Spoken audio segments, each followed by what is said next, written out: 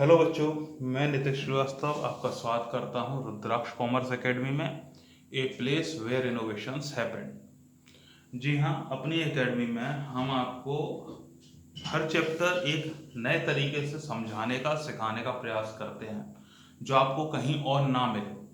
मेरी गारंटी है जिस तरीके से मैं आपको पढ़ाने जा रहा हूँ या समझाने जा रहा हूँ, आप कहीं भी पढ़ के देखिएगा, आपको इस तरीके से कहीं भी पढ़ने को नहीं मिलेगा। क्योंकि हमारा मोटो ही है इनोवेशंस, हर चीज़ को सिंप्लीफाई तरीके से पढ़ाना। तो आज हम स्टार्ट करने जा रहे हैं इंसॉल्वेंसी अकाउंट्स। अब ये इंसॉल्वेंसी क्या होता है, इंसॉल्वेंट क्या होता है, इसको समझते हैं पहले जरा कि क्या होता है। तो एक कहानी के थ्रू आपको समझाते हैं कि इंसॉल्वेंट क्या होता है या इंसॉल्वेंसी किस चीज़ को कहते हैं। तो चलो कहानी स्टार्ट करते हैं। तो ये हैं हमारे पप्पू, ये सज्जन है पप्पू, चश्मा वश्मा लगा हुआ है देखो। पप्पू ने एक कंपनी स्टार्ट की है, पप्पू लिमिटेड। ठीक है, अब यहाँ पर आप जरा ध्यान दो, ये इसकी लायबिलिटी साइड है और ये इसकी आउटसाइड लायबिलिटी है, ओनर कैपिटल है, असेट्स की बुक वैल्यू है, मार्केट वैल्यू है। ये पहली साल का कंसेप्ट है इनका। अब फर्स्ट ईयर में हुआ क्या कि पप्पू को लॉस हो गया। अब भैया पप्पू ने कंपनी स्टार्ट की पर फर्स्ट ईयर में लॉस हो गया तो कंपनी बंद तो नहीं कर देगा। उसने कहा कोई बात नहीं, पहली साल लॉस हो गया तो बिजनेस स्टार्ट करने में और स्थापित करने में समय तो लगता ही है, चलो अगली साल हम लोग फिर और मेहनत करेंगे। लेकिन पप्पू की किस्मत खराब, सेकेंड ईयर में पप्पू को फिर से लॉस हो जाता है। अब पप्पू देखो थोड़ा दुखी हो गया बेचारा, क्योंकि दोबारा से लॉस हो गया है और उसका जो बोर्ड है बेचारे का वो भी टूट फूट गया है। बेचारा रिपेयरिंग नहीं करा पा रहा है क्योंकि फिर लॉस हो गया उसको दोबारा से। पर उसने हिम्मत नहीं आ रही। और यहाँ पे जरा ध्यान दो, असेट्स की मार्केट वैल्यू कम हो गई है। असेट्स की जो बुक वैल्यू होती है वो परचेजिंग प्राइस पे लिखा जाता है, लेकिन मार्केट वैल्यू धीमे धीमे कम होती चली जाती है। अब वो असेट्स में इंप्रूवमेंट भी नहीं करवा पा रहा है क्योंकि लॉस ही हुआ जा रहा है बेचारे को। उसने कोई बात नहीं, एक साल और मेहनत करते हैं और ट्राई करेंगे और अच्छी तरह बिजनेस चलाएंगे। लेकिन बेचारा पप्पू तो पप्पू ही है, थर्ड ईयर में फिर से बेचारे को लॉस हो गया। अब पप्पू की हालत देखो बच्चों पहले जरा क्या हुई है।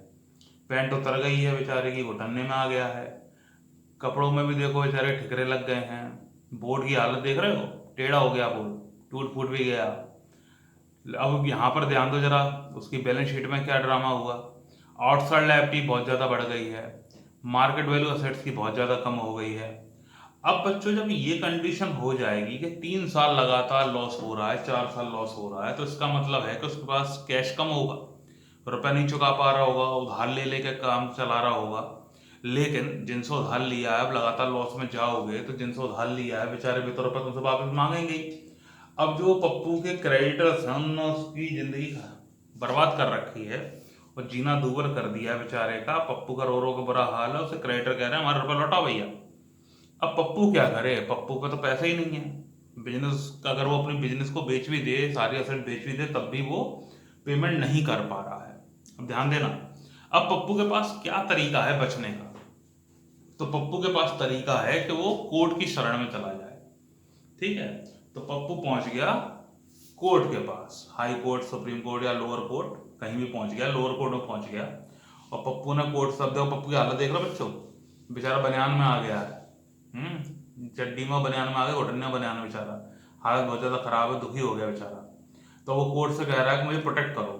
तो कोर्ट क्या कह रही है उससे कि so as your assets and liability. Court कह रही है कि ठीक है हम आपको प्रोटेक्ट करेंगे, पर पहले अपनी असेट्स और लायबिलिटी का जो स्टेटमेंट है वो हमें बना कर दो, बताओ कौन कौन सी असेट्स है, कौन कौन सी लायबिलिटी है। तो बच्चों बस यही स्टेटमेंट हम लोग बनाना इस चैप्टर में सीखेंगे। समझ में आ गया। अब कोर्ट जब सेटिस्फाइड हो जाती है तो कोर्ट क्या करेगी, असेट्स लायबिलिटी का स्टेटमेंट देखेगी और समझेगी केस को, और उसको लगेगा जेन्युइन केस है, बेचारे ने कोशिश बहुत की, बिजनेस नहीं चल पाया, तो पप्पू को इंसॉल्वेंट घोषित कर देगा। इंसॉल्वेंट या बैंकरप्ट भारत में एक ही बात होती है, घोषित कर देगा। फिर कोर्ट क्या करेगा, इंसॉल्वेंट घोषित कर दिया तो पप्पू बचेगा कैसे। कोर्ट इसके जितने भी क्रेडिटर्स हैं, लेनदार हैं, उनके पास नोटिस भेजेगा कि भैया अब ये पप्पू जो बेचारा है ये बैंकरप्ट हो गया है, अब इस तरह पर तुम मांगना मत। एक कोर्ट तारीख दे देगा, इस तारीख को कोर्ट में आना, कोर्ट तुमको रुपए देगा। अब बच्चों आप सोच रहे हो कोर्ट कैसे रुपए देगा, कि अपनी जेब से देगा, बिल्कुल नहीं। कोर्ट क्या करेगा, पप्पू की जो भी असेट्स हैं उनको एक्वायर्ड कर लेगा, अपने अंडर में लेगा, एक रिसीवर को नियुक्त कर देगा। वो रिसीवर उन असेट्स को ऑक्शन करेगा, नीलामी करेगा और रुपए इकट्ठा करेगा। रुपए इकट्ठा करने के बाद, कलेक्ट करने के बाद वो सब लोगों को थोड़ा थोड़ा रुपया दे देगा, प्रोपोर्शनली देगा, एक इक्वल रेशियो में देगा।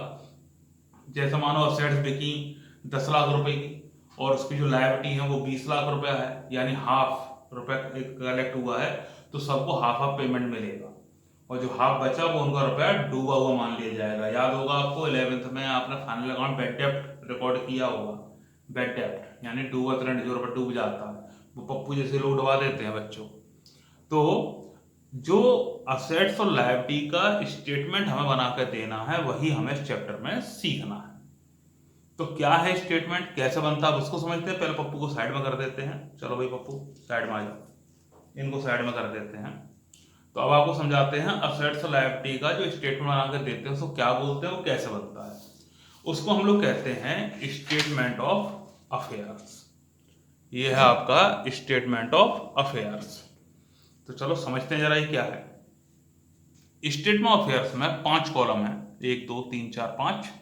पहला ग्रॉस लायबिलिटी, यानी जो लायबिलिटी की बुक वैल्यू है उसको यहाँ लिखते हैं। फिर liability as stated and estimated by debtors, liability का जो डिटेल होती है वो यहाँ देते हैं कौन सी लायबिलिटी है। और एक्सपेक्टेड टू रैंक, इस कॉलम में वो रुपया लिखा जाता है जो हमें लायबिलिटी को पेड करना है और जो रुपया पूरा पेड नहीं हो पाएगा। अगर पूरा ही पेड तुम कर पा रहे होते तो बैंकरप्टी क्यों हो रहे होते, है ना। तो वो रुपया यहाँ लिखा जाएगा। अब जो लायबिलिटी है आपकी, हाँ इधर देख लो जरा। फिर ये असेट्स है, वही हेडिंग डालनी है, as stated and estimated debtor. और ये एस्टिमेटेड टू प्रोड्यूस, जो असेट्स हमें रुपये मिलेगा वो। जब यहाँ आएंगे तो मैं दोबारा समझाऊंगा, अभी पहले लायबिलिटी की तरफ रहते जरा। अब लायबिलिटीज को आपको 4 लिस्टों में बांट के शो ऑफ करना है। सब पहली लिस्ट कौन सी है, unsecured creditor as per list A. Unsecured देखो रटने की जरूरत नहीं है, बहुत सिंपल है, बार बार दोहराओगे मेरे साथ याद हो जाएगा। पहली है unsecured creditor as per list A. अब पहले मैं समझ लेते हैं जरा अनसिक्योर्ड क्रेडिटर्स होते कौन से बच्चों, ध्यान से सुनना और समझना। देखो अनसिक्योर्ड क्रेडिटर वो क्रेडिटर होते हैं जिनके पास इंसॉल्वेंट होने वाले व्यक्ति की कोई भी असेट्स मॉर्गेज ना रखी हो, गिरवी ना रखी हो। मॉर्गेज गिरवी जानते हो क्या होता है, चलो मैं समझा देता हूं क्या होता है। जैसे आप मान लो किसी साहूकार से या बैंक से लोन लेने जाते हो, ठीक है। लोन लेने जाओगे तो बैंक क्या कहेगी या साहूकार क्या कहेगा, कोई चीज मॉर्गेज रखो, गिरवी रखो। जैसे आपने 2 लाख का लोन लिया और उसने आपसे 4 लाख रुपए की आपकी जमीन है वो गिरवी रखवा ली, अपने नाम रखवा ली है या जेवर रखवा ली है अपने यहाँ। अब अगर आप असेट्स मान लो उसकी लायबिलिटी का पेमेंट नहीं कर पाओगे तो वो क्या करेगा, आपकी असेट्स को बेच देगा, जो गिरवी रखा उसको बेच देगा और अपना रुपया वापस ले लेगा। तो वो सिक्योर्ड है। सिक्योर्ड का मतलब ये होता है वो सिक्योर्ड है कि उसका रुपया डूबेगा नहीं। अब यहां हमें लिखने हैं unsecured creditor as per list A. ऐसे क्रेडिटर जो सिक्योर्ड नहीं है, यानी ऐसे क्रेडिटर जिनके पास इंसॉल्वेंट वाले की कोई भी असेट्स मॉर्गेज में रखी हुई नहीं है। कौन कौन से होते हैं, ट्रेड क्रेडिटर्स। ट्रेड क्रेडिटर्स यानी वो क्रेडिटर जिनसे अपन लोगों ने उधार माल खरीदा होगा या उधार सर्विसेज ली होंगी। BP bills payable, bills payable वो बिल जिसका पेमेंट फ्यूचर में चुकाना हो। बाइप्स लोन, बाइप्स लोन ले रखा हो। बैंक ओवरड्राफ्ट, बैंक ओवरड्राफ्ट की सुविधा ले रखी हो और कोई चीज गिरवी ना रखी हो, एटसेट्रा। बहुत सारे होते हैं, अब रटने की जरूरत नहीं है, सारे रटे नहीं जाते हैं। कैटेगरी समझो, उसका कैरेक्टरिस्टिक समझ लो क्या है, तो छांटने में आपको बहुत ही इजी रहेगा। अनसिक्योर्ड क्रेडिटर समझ गए, जिनके पास कोई भी चीज हमारी गिरवी, कोई असेट गिरवी ना रखी हो। नंबर 2 पे आता है fully secured creditor as per list B. जो लायबिलिटी है उनको 4 लिस्टों में डिवाइड करना है अपन लोगों को, ए बी सी डी। तो लिस्ट ए तो अनसिक्योर्ड हो गया, अब है fully secured creditor as per list B. अब अगर आप लोगों के दिमाग में अभी सिक्योर्ड मैंने समझाया था, वो दिमाग में अगर फिट है तो आप इजीली इसको समझ जाओगे। फुल्ली सिक्योर्ड का मतलब है ऐसे क्रेडिटर जिन्होंने जितना उधार रुपए दिया है उससे ज्यादा रुपए की असेट्स उनके पास रखी हुई है। तो वो बैंकरप्ट वाले से, इंसॉल्वेंट वाले से रुपए मांगेगा ही नहीं, वो तो असेट बेच के अपना रुपया वसूल कर लेगा। जैसे मानो आपने किसी से 2 लाख रुपए का लोन लिया, बैंक से 2 लाख का लोन लिया, किसी साहूकार से 2 लाख का लोन लिया और अपनी कार उसके पास गिरवी रख दी। अब उसने कार बेची, कार बिक गई 2,80,000 रुपए की। अब 2 लाख रुपए उसने दिया था, ब्याज मिला के मान लो 2 लाख रुपए उसका हो रहा, 2,80,000 कार बिक गई, तो वो तो पूरा 2 लाख रुपए ले लेगा अपनी कार को बेच के। जो 80,000 रुपए हैं वो रख नहीं लेगा, वो 80,000 रुपए आपको वापस कर देगा। ठीक है, अब जरा समझो इसको लिखते कैसे हैं।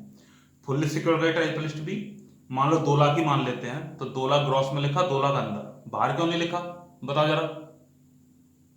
चलो मैं बता देता हूँ, बाहर इसलिए नहीं लिखा क्योंकि मैंने क्या बोला था, बाहर वो रुपया लिखा जाता है एक्सपेक्टेड टू रैंक में जिनको पूरा रुपया नहीं मिल पा रहा हो। अब वो तुमसे मांग ही कहाँ रहा है रुपया, तो अंदर लिखेंगे। फिर वैल्यू ऑफ सिक्योरिटी, मान लो जहाँ 2 लाख लिखा है, वैल्यू ऑफ सिक्योरिटी अपन ने मान लो 2,80,000 लिख दिया, तो जो 80,000 बचा घट के वो नीचे लिखोगे, और वो रुपया क्या होगा तुम्हें वापस मिल जाएगा, जो बैंक करप्ट हो रहा है उसको वापस मिल जाएगा। तो उस 80,000 को हम बोलेंगे सरप्लस एज पर कॉन्ट्रा।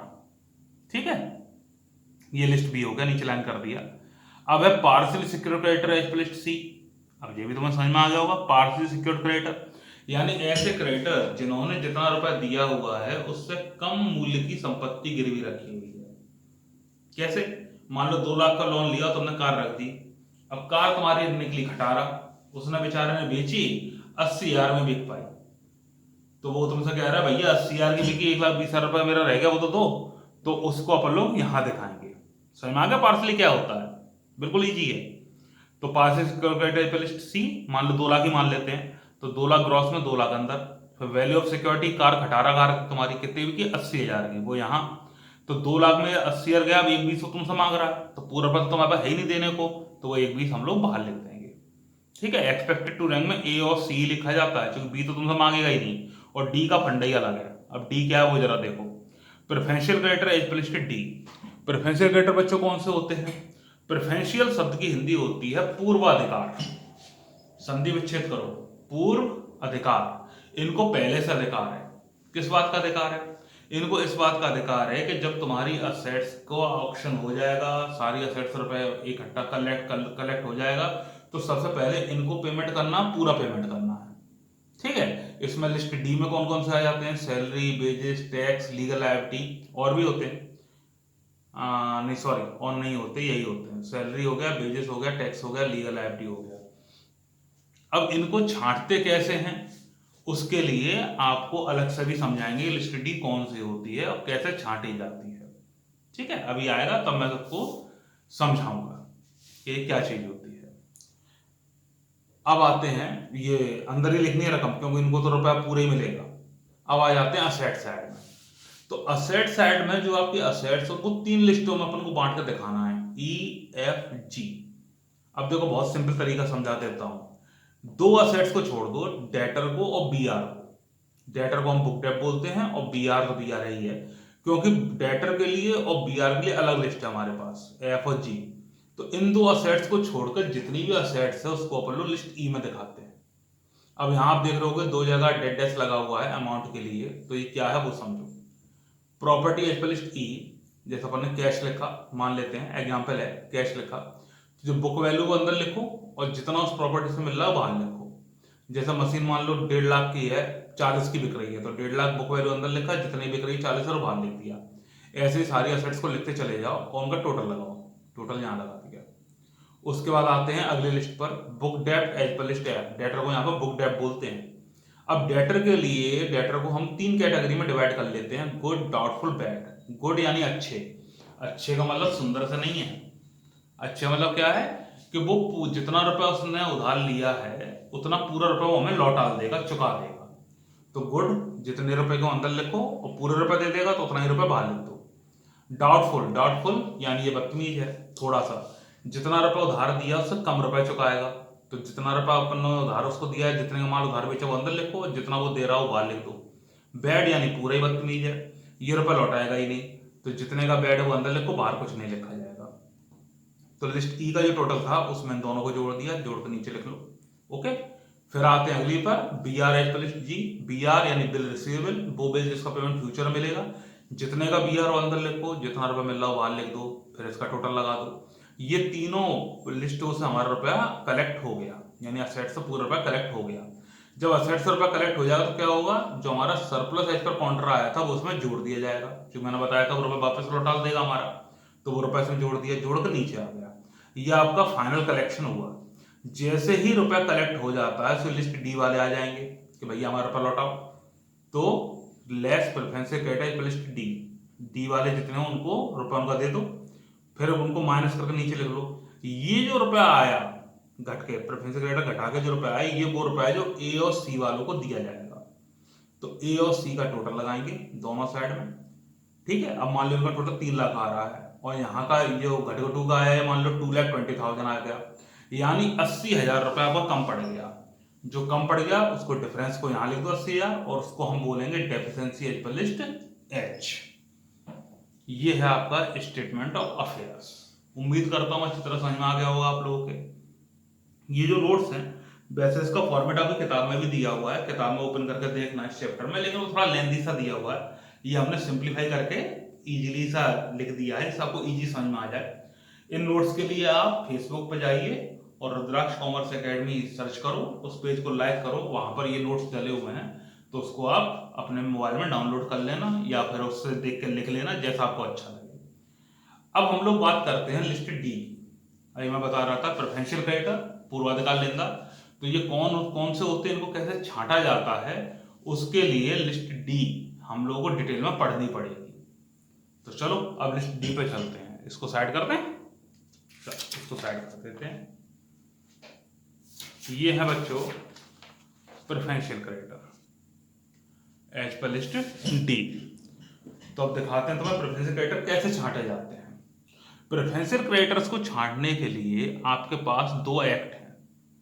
एक है प्रेसिडेंसी टाउन्स इंसॉल्वेंसी एक्ट 1909, दूसरा है प्रोविंशियल इंसॉल्वेंसी एक्ट 1920। ये नाम याद कर लेना, ये एमसीक्यू में आ जाता है कि प्रेसिडेंसी टाउन्स इंसॉल्वेंसी एक्ट कौन से ईयर में इंप्लीमेंट हुआ था या प्रोविंशियल कौन से ईयर में इंप्लीमेंट हुआ था, तो नाम याद कर लेना। ये 1909 में हुआ था या 1920 में हुआ था। ये लिस्ट डी को छांटने में यूज में आते हैं, ठीक है। अपनी किताब में आप देखोगे तो बहुत लेंथी सा दिया हुआ है, मैंने बहुत सिंपली आपको ये छांट के लिखवा दिया है। चूंकि अब रुद्राक्ष कॉमर्स एकेडमी है तो हर चीज आपको इनोवेटिव ही मिलेगी, अलग से ही मिलेगी। अब देखो बच्चों, इसको भी समझाता हूं बहुत इजी तरीके से। लिस्ट डी के लिए जो ये एक्ट हैं इनके अंदर 6 आइटम है, 1 2 3 4 5 6। इन 6 आइटम में 3 आइटम को अलग रख लो, 3 को अलग रख लो। पहले जो 3 आइटम बहुत सरल हैं, जरा सुनो। पहला है प्लेस। प्रेसिडेंसी टाउन्स एक्ट जो है वो बॉम्बे, कैलकाटा, मद्रास में लगता है। हाँ भाइयों, पुराना ही नाम यूज होता है। बॉम्बे का मुंबई हो गया है, मद्रास का चेन्नई हो गया है, कैलकाता का कोलकाता हो गया है, लेकिन एक्ट में भी पुराना ही नाम चल रहा है तो हम भी पुराने ही नाम से संबोधित करेंगे, ठीक है। तो बॉम्बे, कैलकाटा, मद्रास में अगर व्यक्ति रह रहा है, वो इंसॉल्वेंट हो रहा है तो उसमें प्रेसिडेंसी एक्ट लगेगा। और प्रोविंशियल ऑल अदर सिटीज, या पूरे भारत में कहीं भी और रह रहा हो तो प्रोविंशियल एक्ट लगेगा। पहला आइटम हो गया। अब बचे 2 आइटम, मैंने बोला 3-3 के ग्रुप में बांट लो। 2 आइटम, टैक्स पेबल और लीगल लायबिलिटी। टैक्स पेबल, सरकारों की टैक्स देना हो तो वो फुल्ली का मतलब क्या है कि पूरा रुपया लिस्ट डी में लिखा जाता है। लीगल लायबिलिटी भी पूरा लिस्ट डी में लिखा जाता है। अब ये लीगल लायबिलिटी क्या होती है बच्चों, चलो समझा देते हैं लीगल लायबिलिटी क्या होती है। मान लो आपकी कोल्ड ड्रिंक बनाने की कंपनी है, कोल्ड ड्रिंक बनाते हो। अब तुम्हारी कोल्ड ड्रिंक मैंने खरीदी और उसमें मुझे छिपकली दिख गई, ठीक है, तुम्हारी कोल्ड ड्रिंक के अंदर छिपकली आ गई। अब मैंने जैसे छिपकली देखी, मैंने सोचा भाई चलो अब तो भाई धंधे की जुगाड़ हो गई। हमने क्या किया, तुम्हारी कंपनी पर केस ठोंक दिया। हमने बोला भैया हमने नहीं कोल्ड ड्रिंक ली थी, उसमें छिपकली थी, अगर हम पी लेते हमारी तबीयत खराब हो जाती तो हमें कंपनसेशन का 2 लाख रुपए चाहिए। ये हमने अदालत में केस कर दिया। अब अदालत में केस चला, अदालत ने तुम्हारे खिलाफ जजमेंट दिया और तुम पे 50,000 का जुर्माना लगा दिया। अदालत ने तुमसे कहा कि 50,000 रुपए इस बंदे को कंपनसेट करो। तो अब ये जो लायबिलिटी है, जो रुपए चुकाना है, ये अदालत तुम्हारे ऊपर लायबिलिटी डाल रही है, तो इसको बोलेंगे लीगल लायबिलिटी, ठीक है। ऐसे ही एक और समझा देता हूँ, वर्कमैन कंपनसेशन एक्ट होता है। अगर आपका वर्कर काम कर रहा है, उसको चोट लग जाती है तो एक्ट है कि आपको कितना रुपया उसको कंपनसेट करना पड़ेगा। तो अगर वो हो तो वो भी लीगल लायबिलिटी है, क्योंकि वो कानून के द्वारा लायबिलिटी लगाई जा रही है, तो वो पूरी लिस्ट डी में लिखी जाएगी, चाहे प्रेसिडेंसी एक्ट हो चाहे प्रोविंशियल एक्ट हो, ठीक है। तो 3 आइटम बहुत सरल हो गए। एक बार दो शॉर्ट में पकड़ लो इन आइटम को जरा। पहला place, presidency act Bombay, Calcutta, Madras में लगता है और पूरे भारत में प्रोविंशियल एक्ट लगता है। फिर टैक्स पेबल, दोनों ही एक्टों में पूरा लिस्ट डी में। लीगल लायबिलिटी, दोनों ही एक्टों में पूरा लिस्ट डी में। अब बचे 3 आइटम बच्चों, तो देखो अगला आइटम भी बहुत सरल है, rent payable. Rent payable presidency towns में 1 महीने का किराया जो होता है वो लिस्ट डी में लिखा जाता है, और प्रोविंशियल में किराया लिस्ट डी में आता ही नहीं है, पूरा लिस्ट ए में ही लिखा जाता है। अभी 1 मंथ रेंट क्या है समझा देता हूँ। मान लो 800 रुपये पर मंथ के हिसाब से 4 महीने का किराया आपने नहीं दिया, तो टोटल जो रेंट पेबल होगा वो 3200 हो जाएगा, 8 4 32। ठीक है, तो इसमें से 1 महीने का 800 है, तो 800 रुपये लिस्ट डी में लग जाएगा, और बचा 2400 रुपये वो लिस्ट ए में चला जाएगा। लेकिन अगर प्रोविंशियल एक्ट हो तो पूरा पूरा लिस्ट ए में ही जाता है। ठीक, अब बचे 2 item, salary payable to employees and clerk. ध्यान रखना है एम्प्लॉय क्लर्क लिखा हुआ है, मैनेजर को या जो अधिकारी होते हैं कंपनी के, सीईओ पीओ होते हैं, मैनेजमेंट होता है, उनको, उनकी बात नहीं हो रही है यहाँ, एम्प्लॉय क्लर्क की बात हो रही है। तो salary payable to employee clerk presidency towns में 4 महीना, मैक्सिमम ₹300 पर एम्प्लॉय। अभी 4 महीने का ड्रामा क्या है बच्चों वो सुनो। जैसे आपने बैंकरप्ट होने के 1 जनवरी को एप्लीकेशन दिया है, तो 1 जनवरी को दिया तो इसके पीछे के 4 महीने पकड़ लो, पीछे सितंबर, अक्टूबर, नवंबर, दिसंबर, ये 4 महीने। अगर इन 4 महीनों से रिलेटेड सैलरी पेबल की रकम होगी तो वो लिस्ट डी में लिखी जाएगी, लेकिन एक एम्प्लॉय के लिए मैक्सिमम 300 रुपया। ठीक है, जैसे मान लो किसी बंदे को तुमने 40 रुपए की सैलरी पर रखा है। हाँ बच्चों, 40 रुपये कुछ नहीं होता, लेकिन 1909 की बात हो रही है, तभी के पुराने जमाने जाकर सोचो। 40 रुपये में रखा, 5 महीने की सैलरी आपने उसको नहीं दी, तो 5 महीने 200 रुपये हो गए, लेकिन 200 रुपये लिस्ट डी में नहीं आएंगे क्योंकि 4 महीने का ही होता है। तो अब 40 के साथ 4 महीने 160 रुपये हुआ, तो 160 रुपये लिस्ट डी में जाएगा, जो 40 रुपये वो लिस्ट ए में चला जाएगा। ठीक है, अब ये मैक्सिमम 300 का मतलब वो समझाता हूँ। मान लो किसी बंदे की सैलरी 100 रुपये पर मंथ है और 4 महीने से तुमने सैलरी नहीं दी, तो 400 रुपये हो गई। अब है तो 4 महीने की 400, 4 महीने की 400 रुपये हो रही है, लेकिन मैक्सिमम 300 ही है एक एम्प्लॉय का, तो 400 नहीं लिस्ट डी में लिखी जाएगी, 300 लिखी जाएगी और 100 रुपये लिस्ट ए में चला जाएगा। समझ में आ गई 4 मंथ का ड्रामा क्या है। ठीक, अब आ जाओ प्रोविंशियल में, सैलरी की बात कर रहे हैं, तो प्रोविंशियल में 4 महीने का है, लेकिन मैक्सिमम है यहाँ पर 20 रुपया। ठीक, ऐसे वेजेस 4 मंथ मैक्सिमम 100, और यहाँ 4 मंथ मैक्सिमम 20 पर एम्प्लॉय की बात हो रही है। ओके, एक एम्प्लॉय की बात हो रही है। तो अब देखो याद करना बहुत सिंपल है, ऐसे ऐसे याद करोगे तुम, ऐसे ऐसे ऐसे का मतलब प्रेसिडेंसी, ये प्रोविंशियल। अब देखो मेरे साथ याद करना, मैं सिखाता हूँ कैसे याद करते हैं। जब हम पूछेंगे तुमसे लिस्ट डी बताओ, तो मेरे साथ साथ मन में दोहराओ। ठीक है बच्चों, दोहराओ। लिस्ट डी पहला है प्लेस, तो यहां बोलोगे प्रेसिडेंसी, बॉम्बे, कलकत्ता, मद्रास, और पूरे भारत में प्रोविंशियल एक्ट। टैक्स पेबल पूरा पूरा लिस्ट डी में, लीगल एफडी पूरी पूरी लिस्ट डी में। 3 आइटम हो गए, उंगली पे गिन लो। अब बचे 3 आइटम, कौन कौन सा है? पहला है रेंट, 1 महीना, इधर लिस्ट डी में होता ही नहीं है। जब इधर बोला इधर बोला, इधर का मतलब क्या है? इधर प्रेसिडेंसी, इधर है ही नहीं है, यानी प्रोविंशियल में लिस्ट डी में जाना ही नहीं है। फिर सैलरी कैसे याद करोगे? 4 मंथ मैक्सिमम 300, फिर 4 मंथ मैक्सिमम 20, एक साथ ही बोलना, 4 मंथ मैक्सिमम 300, 4 मंथ मैक्सिमम 20। तो अपन लोग समझ लेंगे कि पहला जो बोला प्रेसिडेंसी से रिलेटेड बोला है, दूसरा प्रोविंस से रिलेटेड बोला है। Wages 4 month maximum 100, 4 month maximum 20। Clear? बहुत अच्छे, एक बार दोहरा लेना इसको अच्छी तरह से और नोट जरूर कर लेना। दोबारा बोल देता हूँ, फेसबुक पर जाओ, रुद्राक्ष कॉमर्स एकेडमी सर्च करो, या नीचे वीडियो में लिंक में दिया हुआ है मैंने, उससे पहुंच जाओ और पेज को लाइक कर लो। वहां पर इसके नोट्स हैं, यही वाले जो मैं समझा रहा हूँ, यही नोट्स हैं। वहां पर कॉपी कर लो अपने मोबाइल में, या नोट करना चाहो नोट कर लो, या क्या नोट ही कर लेना भाइयों, नोट कर लेना तो अच्छी तरह समझ में आ जाएगा। तो ये हो गया आपका लिस्ट डी। ठीक है, जल्दी नहीं है, बढ़ रहा हूं मैं। अभी एक चीज और समझनी है, एक चीज और समझ लो बस, उसके बाद न्यूमेरिकल स्टार्ट करवा दूंगा मैं आपके। एक और इसमें अकाउंट बनता है, इसको जरा साइड कर देते हैं। एक और अकाउंट बनेगा आपका जिसको बोलते हैं डेफिशिएंसी अकाउंट। तो अब डेफिशिएंसी अकाउंट समझा देते हैं आपको। ये है बच्चों डेफिशिएंसी अकाउंट। डेफिशिएंसी अकाउंट में जो साइड होती हैं, ये राइट साइड है, ये लेफ्ट साइड है। लेफ्ट साइड में कैपिटल और प्रॉफिट लिखना है, राइट साइड में लॉसेस लिखने हैं। ठीक है, लेफ्ट साइड में कैपिटल और प्रॉफिट और राइट साइड में लॉसेस लिखने हैं। अब यहाँ पे कॉलम है पर्टिकुलर अमाउंट, पर्टिकुलर अमाउंट। सबसे पहले डेफिशिएंसी के अपन ने लेफ्ट साइड में लिखा कैपिटल, फिर trading profit, deficiency as per list H, जो डेफिशिएंसी लिस्ट एच होती है वो यहाँ लिखी जाती है। मान लो प्रॉफिट नहीं होता लेकिन नियम है वो यही इसी साइड में लिखना है अपन को। फिर है ये excess of private assets over private liability. अब ये क्या है वो आगे न्यूमेरिकल करूंगा तब समझाऊंगा, लेकिन फिर भी थोड़ा सा चलो समझा देता हूँ।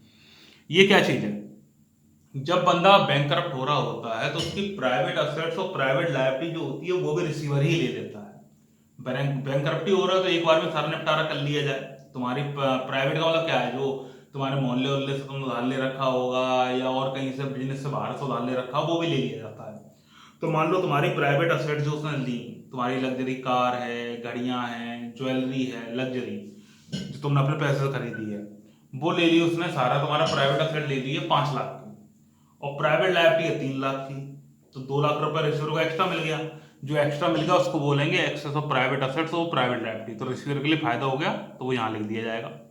इंटरेस्ट ऑन कैपिटल, इनकम और प्रॉफिट फ्रॉम अदर सोर्सेस, किसी सोर्स से इनकम प्रॉफिट हो रहे हो। एग्जम्पशन फ्रॉम लायबिलिटी, ये क्या होता है बच्चों, जैसे आप बैंकरप्ट हो रहे हो और कोई क्रेडिटर है वो तुमसे कह रहा है कि ठीक है यार मुझे रुपया मत देना, वो अपना क्लेम छोड़ दे रहा है, तो फायदा हो गया रिसीवर के लिए, वो लिखा जाएगा। सैलरी ऑफ ओनर, अब ये क्यों लिखा जाता है, सीधी सी कहानी है, बैंक करप्ट हो रही है कंपनी तो ओनर को कोई भी अगर फायदा हो रहा होगा, चाहे इंटरेस्ट ऑन कैपिटल के थ्रू हो रहा हो चाहे सैलरी के थ्रू हो रहा हो, तो वो भी उससे वापस ले ली जाएगी, तो वो यही लिखी जाएगी। प्रोविजन रिजर्व एंड फंड, अगर आपकी स्टेटमेंट में बैलेंस शीट में कोई भी प्रोविजन, जो प्रोविजन फॉर डाउटफुल डेप्ट होता है, बैड डेप्ट होता है या रिजर्व फंड होता है, ऐसा कोई भी फंड दे रखे हों, वर्कमैन कंपनी ने रिजर्व दे रखा हो तो वो सब यहाँ लिख दिया जाता है। अब आ जाते हैं राइट साइड में।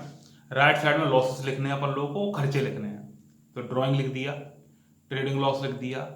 अब एक्सेस ऑफ प्राइवेट लायबिलिटी और प्राइवेट असेट्स, सेम वही वाली कहानी है, यानी अगर उसकी प्राइवेट लायबिलिटी ज्यादा असेट्स कम है तो रिसीवर को नुकसान हो गया तो वो लिख दिया जाएगा। बिल डिस्काउंटेड एंड डिसऑनर्ड, आपने बिल डिस्काउंटेड कराया, डिसऑनर्ड हो गया। अगर आप लोग ये नहीं जानते हो ना, बीपी बीआर बिल डिस्काउंटेड, वैसे तो 11th में ये आपने पढ़ा होगा, बिल्स ऑफ एक्सचेंज नाम के चैप्टर में दिया हुआ है, लेकिन फिर भी अगर नहीं जानते हो तो कमेंट सेक्शन में मुझे बता देना, तो मैं इसके ऊपर एक वीडियो अलग से बना दूंगा। फिर लायबिलिटी नॉट प्रीवियसली नोन, कोई ऐसी लायबिलिटी पहले नहीं पता थी, वो यहाँ लिख दी जाएगी।